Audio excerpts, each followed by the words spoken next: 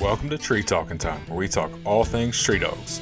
From the smallest feists to the largest hounds, treating squirrels to bears and everything in between. And from time to time, we might even run a little fast game.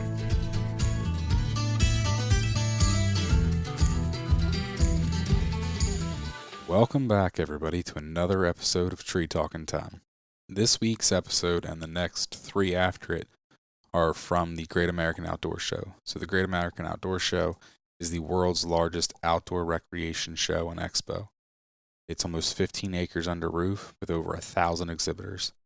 These exhibitors cover everything from RVs, boats, trucks, ATVs, guns, archery, fishing, outfitters, and everything in between. One of the cool things that I really like to go and is get to talk to these outfitters and talk to people that literally from all over the world.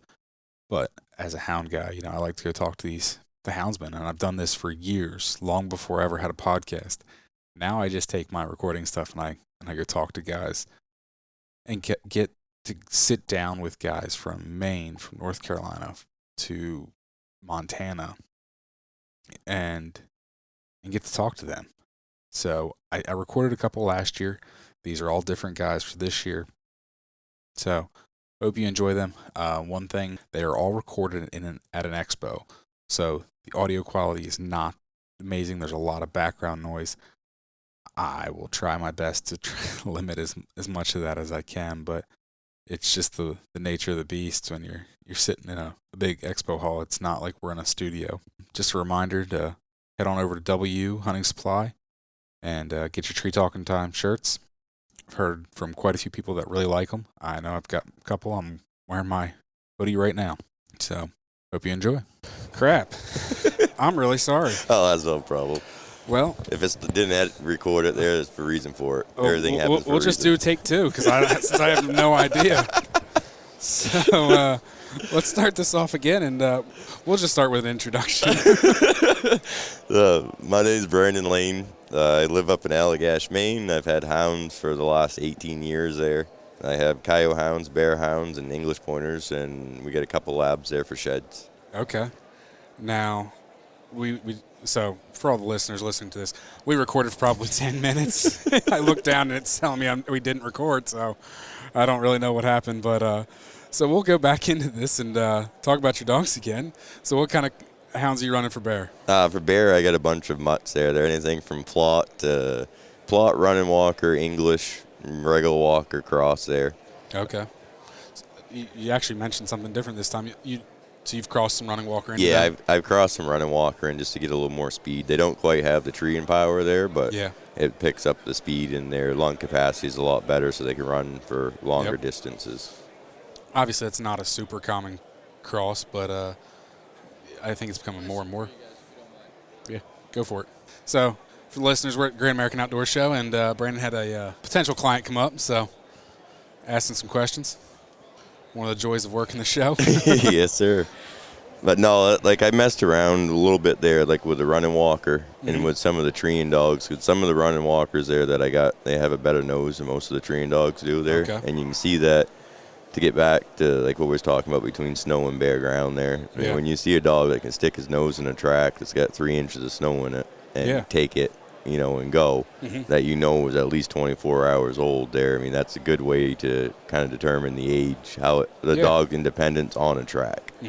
And by doing that there, we've mixed in and got some pretty cold nosed dogs there that have the lung capacity to outrun most treeing hounds. Okay. Now, your treeing hounds, where's that blood come from? Anything in particular? A lot of the recent blood that I got there from the plots comes from a guy there right in Maine. Okay. Out of Grand Lake, Paul Laney there. Okay, yeah. And he's got probably by far some of the best plots that there is going right now. Nice. I briefly talked to Paul last year, just messaging back and forth, so familiar. Yeah, now Paul's he's got some damn good dogs. Cool. Especially when it comes to the cats there. Yeah. There's no other like him in the state. That's what I've heard. So, what's your favorite, bear or coyote? I like them both. There's a difference. I mean, I like the tree dogs. You know, and the coyotes more or less to get the fix there through the winter. Yeah. But there's still nothing like walking into a tree there and you got a half a dozen dogs at the base of the tree treeing their heart out. Yep. You know, and it's the only thing that makes up for it during the coyote is when they catch and you walk into a bay there with 3 or 4 dogs that are barking every breath there. Now, do you shoot more crossing or do you tend to bay more? It's probably 90% a caught. You know, most of the ones that we kill there, I shoot with a 22 pistol. Okay. I mean, in the last winter there, we got, I think, 57. Me and my wife did. Oh, wow. And this winter here, I think we're at 29 right now. Jeez. So I mean, it's when I say dogs that passion, I mean every day it might be -20, -30 there. Yeah. And me and the wife are on sleds looking for tracks. Now, do you guide for coyote hunts as well? Or? Yeah, we do a little bit here and there. Gotcha. It's hard to get the clients for that because most people don't want to jump on a snowmobile when it's -20 out, which you can't say you blame them there. Yeah. But yeah, we have a few guys that come up here and there, and usually it's guys that have dogs that they come up just to hunt and intermingle, and you know, the friendship that you get from it there. Yeah, definitely. Well, you told me a good story when you opened it up the first time we recorded this. I'd love to hear that again. All right. So the story that really rings a bell there from this past season was we had a group of younger guys in camp, and we put down on a bait there, and the dogs are off. And after about 2 hours there, we're walking down the old tote road, and I got the hunter set up there, and he's using a single shot 30-30. The bear steps out probably 15 feet away there, and the dogs are around it, and tell the hunter to shoot, and the gun goes click. I turn around and I look at him like, you know, what's that all about? And he's like, won't go off. So he puts another bullet in, and it goes click there. And after doing it 4 times, and this whole time this is transpiring, it sounds like it's just a few seconds there, but it's over a couple minutes. Me, the dogs, and the hunter and his buddy were all on the road walking down this little 2-track dirt road there. And I turn around and look at the hunter there, and he yells at me, and I turn back around and look, and the bear's coming at me. And I just swung around. I had my pistol in my hand there, and I swung around, and I was close enough so when the barrel hit the head there, I pulled the trigger. And needless to say, it was 518 pounds dressed there. Jeez, that's a big bear. Yeah, it was definitely a moment that none of us will ever forget. I can tell you that. And I looked at the kid, and I'm like, hey, I'm sorry there, but, you know, the safety will come first. And his words were, I thank you. He said, and I appreciate everything you did. He says, now you got the taxidermy, Bill, and I don't. So it worked out good in the end. That'd be a nice one for your display here. Yeah, she'll take up a little bit of room up there. Yep. So what size, what's your average bear up there? The average that we get with dogs is probably that last year was like 378. So I'd say the average overall throughout my years of doing it in that 325, 350 with hounds. Okay. The average you'll get over bait at 125. 125, 150 is your average hunting over bait and still hunting. Is that just more or less because inexperience gets the best of people? Or the biggest thing with that is like when you're sitting over a bait, you're hunting during daylight hours. And your older bear, your 10, 12, 15-year-old bear there, they've been shot at before. So they know enough that I'm not going in during daylight. Someone's there. You're educating them. So like your average age is probably 1.5 to 3.5 is what you're killing over bait. Gotcha. And they're like the bucks there. Once they make it to 3.5, they're harder to kill. Yep. And with the dogs, we're targeting the bear there that are nocturnal. Those are the bigger bear you get. Bears that come in at night, you can run them. Yep. Nice. That's what makes it fun. Yeah. So what all do you offer as far as hunts then? We do everything from grouse all the way up through to moose. So we got grouse, moose, bear, deer, coyote. We do canoe trips up and down the Allagash St. John River in the spring and fall. Okay. Do snowmobile trips through the winter. Do spring shed hunts in the spring for moose. Cool. So it's you name it, and we do it there. We're year round. Okay. Awesome. How did you end up doing this? Just out of a passion. I mean, me and the wife, we both loved the outdoors, and finally one day we said, enough's enough. This is what we want to do, and we went for it there, and we made a go of it, and here we are today. Okay. Now, did you start out working for other people, or? Yeah, I worked for an outfitter for probably 2 years there, doing bear and stuff, and then after that I said, we want to do it on our own there, and we've been doing it on our own since 2011, the fall of 2011. Okay. That's when we went off on our own. Nice. So we've been at it for 11 years? No, 12 years. That's exciting. You know, get to do what you love every day. Get to be outside every day. That's right. You don't have to worry about being stuck in an office. It's the last guy I just talked to said he goes, I don't think I could work in an office. No, I'm at that point now where if you told me I had to go to an office there, you're better off burying me because I don't think it would happen. Yeah. Got to think now what we covered so far and what we haven't covered so far. The whole rerun's kind of messed with me because I know. can't remember what Exactly. we said twice or three times. So, well, how did you get started into coyote dogs? Because I'm guessing you started in bears. Yeah, we started out really originally with beagles there, and it went from beagles there running rabbits up to the coyote to bear, and then bear, and we had kept bear dogs and the beagles. And when we moved up north, we still had the beagles there, but the snow's too deep and it's hard for the beagles to run. So we got talking about it and said, well, we'll just get a few coyote dogs, and we did that in 2016 there, and ever since there.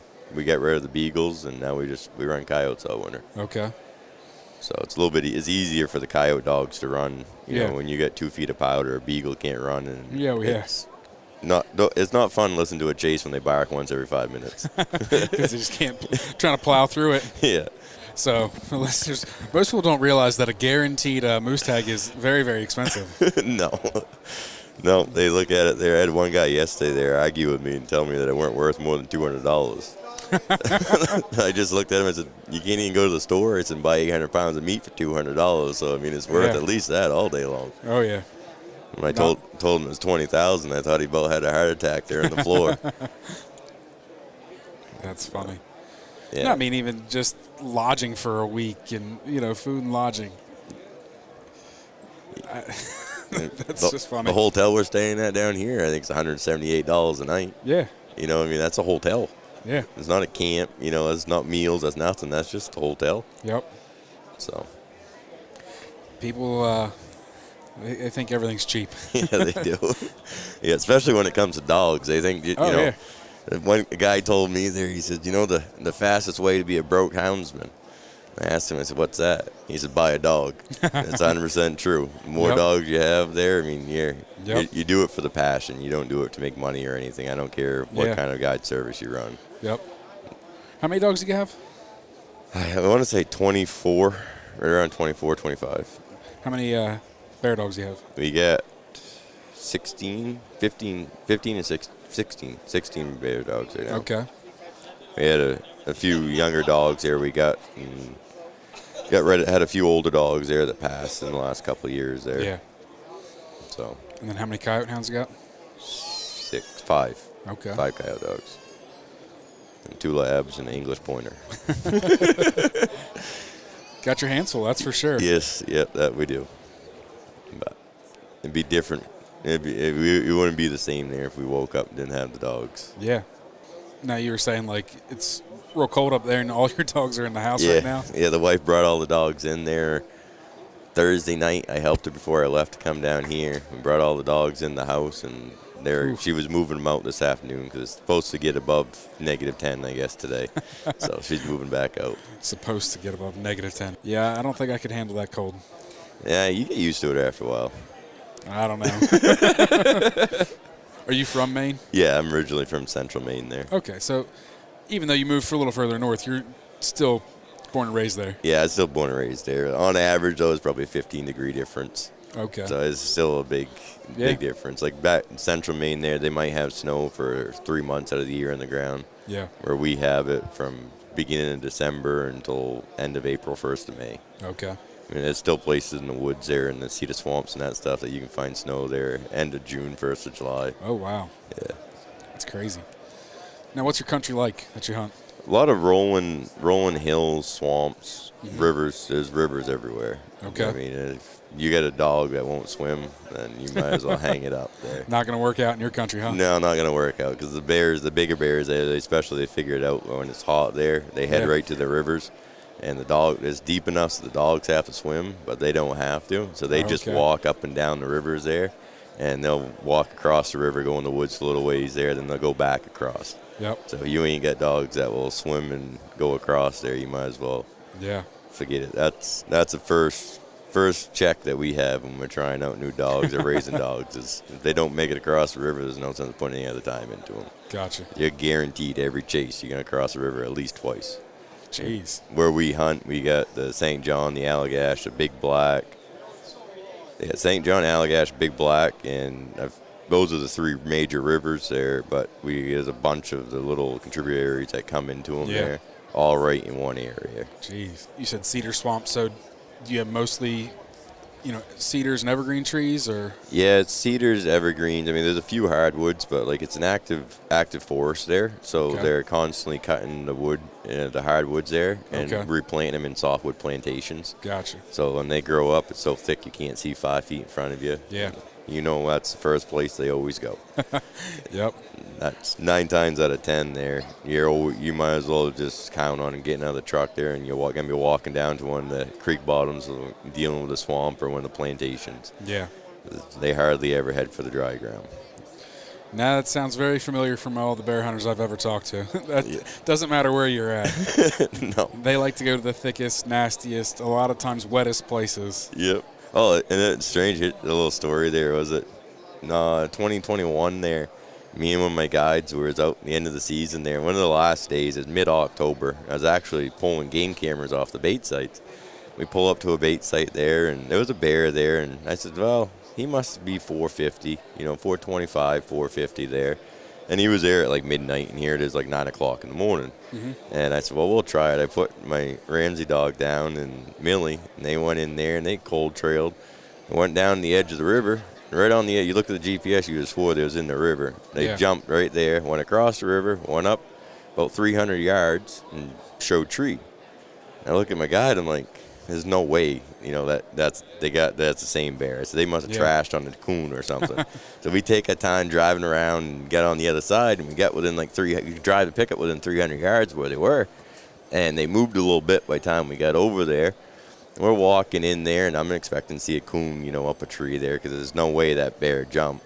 Yeah. We get down there, and I kid you not, that thing was just as loud and proud on that hardwood ridge, about 20 feet off the ground. The bear was sitting right there. He ended up being 567 is what he ended up weighing. Holy Biggest smokes. bear I've ever seen climb a tree. And he did it with just them 2 dogs on him, and from when they jumped to he climbed, it weren't 300 yards. They went 400 yards tops.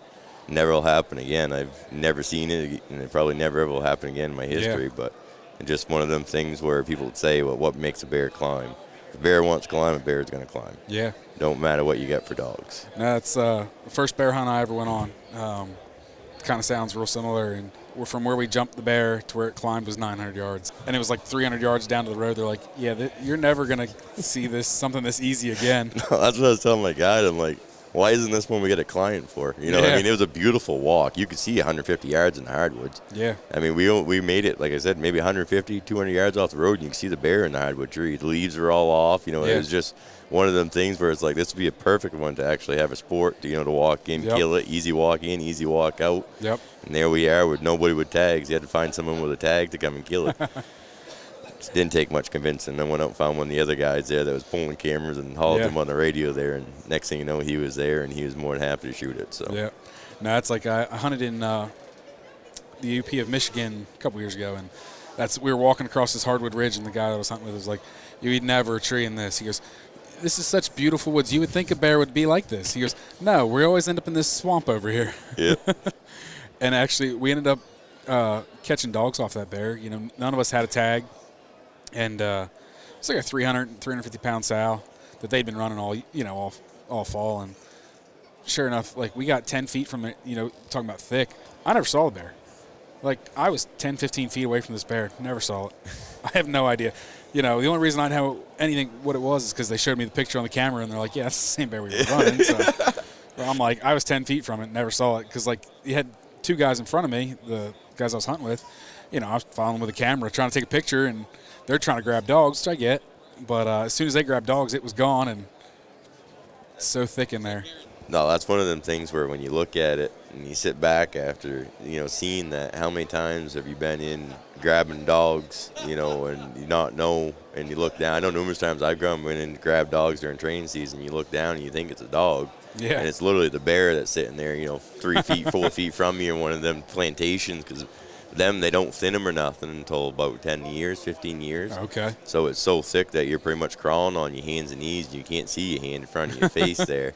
And it makes you sit back and realize that, You gotta pay attention, slow down next time you run in there. Yeah. That's crazy. It's intense, that's for sure. Yep. I'm sure that's what gets, most of us all going, the adrenaline of it all. I know that's why I keep doing it. Yep. It's not because it's easy. It's because of the adrenaline, the highs and the lows you get off there. It's crazy. I explain to people I don't know what it's like to be a druggie and go from a high to a low, but if it's anything like the highs and lows you experience during the hound hunt, I feel the pain. So what do you look for when you're running a pup or for bear? Brains. The biggest thing that I run 90% females. Okay. That's pretty much all I have there, and I like females. Females ain't aggressive towards each other. I can cram 10 of them in a box that I can put 5 males in without having to worry about a dog fight. Yeah. They catch on. They're smarter, and to me, I think females will click, a lot quicker. I mean, I got a female last fall that was 8 months old. Mm-hmm. She made 20 some more trees to start to finish. Oh wow. And the Pretty first time she put it on the ground, she made a tree right with the older dogs. Yeah. And her littermate, her brother's a littermate to her there. And him, all he wants to do is play and run around and bounce. He could care, he don't care nothing about it there. Yeah. And I've been working with him on coyotes this winter because now he's about 13 months old there. Okay. And he's just getting to the point now where he'll concentrate enough, to go. Yeah. On a bayed coyote, he's all over that. Mm-hmm. But when it comes time for the run in there, he still just wants to play and have a good time. Not serious enough to run that track yet, Yeah, and the females they're either there or they ain't. Like, if the female ain't made it by a year old, then she probably ain't going to make the grade, in my opinion. Yeah. I prefer females. And the nice thing about, catch-22 is the fact that they come in heat, but the nice thing is if you have an outstanding female, the world's at your fingertips as far as, reproduction. Finding a dog there. It's easy to find a good male. Yep. It's hard to find a good female if you got a pack full of males. Yep, and if you got a pack full of females, don't matter when they come in heat, you can run them all still. If you got half females, half males, now you got to look which dogs you're putting in the box, which dogs you're hooking, which dogs you're running. Yeah. And all females there, I run them whether they're in heat or...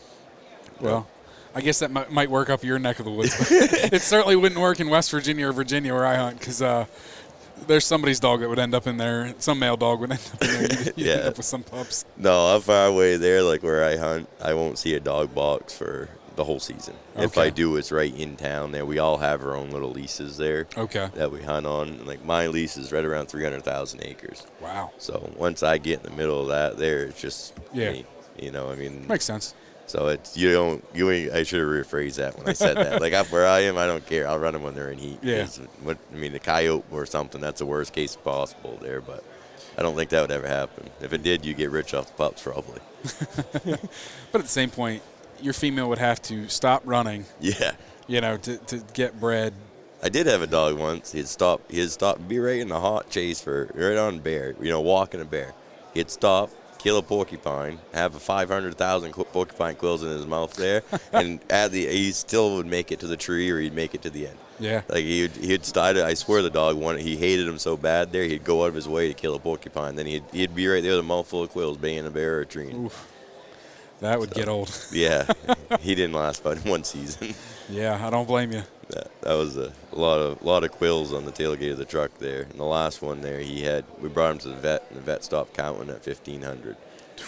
And after that vet bill there, he says, "Yeah, you ain't making it up here where we got porcupines." Yep, that's one thing I'm glad I don't hunt where there's porcupines, really. So that's like up where we are now. There's none up there, but the central Maine around the farm fields and when we was coon hunting and that stuff down there it was crazy with the amount of you'd shine a field there, walking across it, and you'd see porcupines running where there should be coons. Really? Yeah. Crazy. Now that you said, so you got started coon hunting? Yeah, then? I used to have a couple coon dogs there way back when. Now, is that how you got started running? Like, what was your first hound? Beagles. Okay. Beagles. I got my first beagle there when I was, I think, 12, 13, something like that there. Gotcha. And I raised beagles up through there, and they went from beagles to the bear, beagles to coon, from coon to bear, and then stick with bear, and now with coyote too. Now, what was your first big hound then? First big hound was an old walker named Ben. Okay. And He weren't the smartest dog, but at the time we thought we had the world right by the tail there. And we'd go out and we'd tree a few coon here and there and listen to him bawl. And Yep. that was the first big hound there that I can recall having. Okay. You guys got some big coons up there, that's for sure. Yeah, the biggest one we killed, believe it or not. First date, and I took the wife on there, and we took him. We went coon hunting, and we had Ben there. He treated coon, and the wife shot it there, and it hit the ground. And I was like, I looked at that thing as it was falling out. And I thought it was a bear cub. Biggest coon I've ever seen. It was 53 pounds on scale. I'll show you a picture here after. Like, so Todd over here was telling me a story last year on the podcast. So if you listening, I forget what episode was, but it was like Chasing Song Dogs is the title of it. But he climbed up a pine tree to shoot a coon because he couldn't see it. It fell out and hit him in the chest as it was coming down. Yeah. No, that's that night there. I won't forget that. When that thing started falling out of that old apple tree there, I'm like, uh-oh. Yeah. Sure enough, it was a big old ringtail. That's crazy. I'd love to get to shoot a big coon like that. And like I said, when I went to Michigan, they had some big coons up there. Yeah, our average we was get there. If I had to guess, it would be high 20s, low 30s. Yeah, is what we was averaging probably for weights there. Oof. I mean, it was me and the wife there. We'd go out, and that was, like I said, that was our first date there, and she enjoyed it. And after that, we'd go out 2 or 3 nights a week there, and there you go. It was fun. Yeah, and kind of miss it there, but we don't have coon up back home, up home where we are now. You might get a few there. I mean, we run around 100 baits, a little over 100 bear baits there, and you might have 2 or 3 baits have coon on them. See, a friend of mine, he went up a couple years ago and took his coon dogs up because he's got a friend that runs bear hunts. And they're like, yeah, you want to bring a coon dog up here and shoot coons? We got them all over the place. So they were all about letting him come up there. And he's like, we'll put you up. You shoot all the coon you want. Get them off our bait piles. They're expensive. So they eat too much bait. That's what he was like. He goes, yeah, I went up there, for whatever the gas cost a couple years ago. He's like, stayed up there, for nothing. Hunted a couple nights. He's like, killed a bunch of big coon. I'm like, that sounds awesome. Yeah, no, there's the big ones up there. I mean, you think about it, especially the ones that are killing off the bait. Yeah. Most of them are living on a bear bait. Yeah. Eating 3 or 4 meals a day there for 2.5, 3 months. I mean, they're putting on no weight. Oh, yeah. So when do bears start hiring and eating up your way? Up our way, usually the end of September, 1st of October is when you notice they start going. Yeah. They start going in. It's early. Yeah, and October is like my favorite time. The first 2 weeks in October to run there, because usually your sows are gone and it's your big boars are out. Yep. Our leaves have fallen there, so I mean, like they get if there's a chase that goes anywhere through the hardwoods there, just listening to it echo up and down the rivers there. Yeah. You can hear them for 5 or 6 miles away traveling down the riverbanks. That's awesome. That's my favorite time to be in the woods there. And you know your chances of getting on a big boar is pretty good. Yeah. Yep. That's why the December Virginia and West Virginia, their seasons tend to be in December. That's the logic. Is most of your sows are starting to den up, but our winters here down this way have been a little mild. So. Yeah. Your bears are awake for as much as ours hibernate. Probably. So. Well, you need to tell me some more good stories because I'm sure you've had about a million of them with guiding people, and the fact that you just get to do this every day. There's a lot of them. I just don't know how many are approved for this. And that's the best part. Some of the best stories. Might not always be the I mean, I could think of. That's for the podcast. Yeah, no, I could think of one there. I had a couple of Amish guys there. They were in the probably mid to late 70s at the time, and we put the dogs down there, and we had a split race going. And when I was staying up with the younger dogs, they're the dogs that I thought that had the race going there. And I had my buddy was up there, and he went in to pick up my old Macy dog. She got one eye, and got bit in the head there when she was a pup by a bear, and it crushed her skull there. Jeez. So one eye wonder is what we call it there. And we should have known better. You trust your old dog. She was 7 years old at the time, and I'm following the younger dogs around, and my buddy's hollering on the radio, "Hey, Macy's got a bear in the tree." I'm like, "What? This just don't make sense." So we left them dogs, went back there, and the Amish guy there, he went in and we shot the bear. It was just Macy that was there. And then they get the bear taken care of and go back out. We're catching up with the other dogs there. And we see the bear go across the road. It was probably a 250-pound boar there. And now it's later in the afternoon, and they're headed to a big block there. And the guy looked at me. He's like, "We still got to get the other bear out." There's no way I'm walking in twice. He says. So we grab the dogs. And next day we go out there and we get on a bear, and we had no clue what it was. The camera, we didn't take pictures that night there, so it was just a gamble. Yeah. And they went down into this one place there that along the river, it's like no man's land. I mean, you do whatever you can to stay out of there. Normally, I catch dogs if they head that way, just because it's one of them areas where dogs get killed. Yep. The dogs went down in there before we could get there. We ended up down in there, and we walked around in there for like 3 hours. And the two old guys there, they said that we've been hunting there for the last 60 years, and we've never seen woods that look like this. Like, this isn't even considered a wood there. Like, this is just a mess. And we get down in there, and we sat down there, and there was literally circling the bear like a rabbit. I mean, and I couldn't figure out why it weren't climbing there. And dogs are coming by, and you notice some blood on this one or some blood on that one there. And there weren't really nothing major. It was just claw marks, but it was always just like on one side of the dog. It never was on both sides. Well, come to find out, the bear ended up walking in front of us there, and he made a good shot there and shot it and killed it instantly. And I went over to grab the bear after we hooked the dogs back to drag it out so we take pictures of it. While I was reaching, there weren't no front leg. The whole bear's front leg, I don't know if it got hit by a truck or what happened there. It only had one front leg, and that's why it weren't climbing. And that's why there's only claw marks on one side of the dogs there, because it couldn't grab them. It was just swatting at them is what it was doing there. Yep. And it was a sow. She ended up being, we ended up pulling the tooth there, and the age, and I want to say she's like 24 years old. And hard telling how long she lived. I mean, it was an old wound because it was all healed over, all fur, weren't no scar or nothing. So it's hard telling how long that, she took and lived there. But no, that was just one of them things there, because listening to them two older guys there, they picked on each other so bad there. And the other guy was saying he needed to shoot a handicapped bear. That's why it was only 50 yards off the road. And then come to find out the other guy really did shoot a handicapped bear, but it was 7/10 of a mile in the woods. And that was just a good experience to have all around there. Yeah. You get a lot of that. It's hard to sit back and really remember on the spot. I mean, I can think of things to talk about there, but I ain't. We don't need to listen to most of that right now. No, I understand. I will say, though, probably one of the most memorable hunts that I've been on was back, that would have been in 2012, 2013 there. My grandfather turned 70.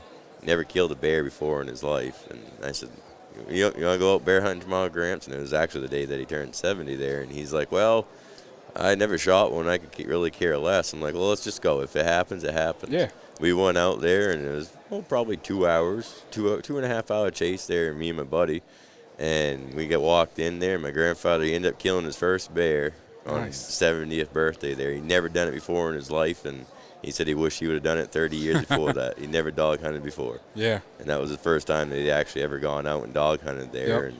And it just shows it can make an impact. I mean, the man was 70 years old, and he absolutely loved it. That's awesome.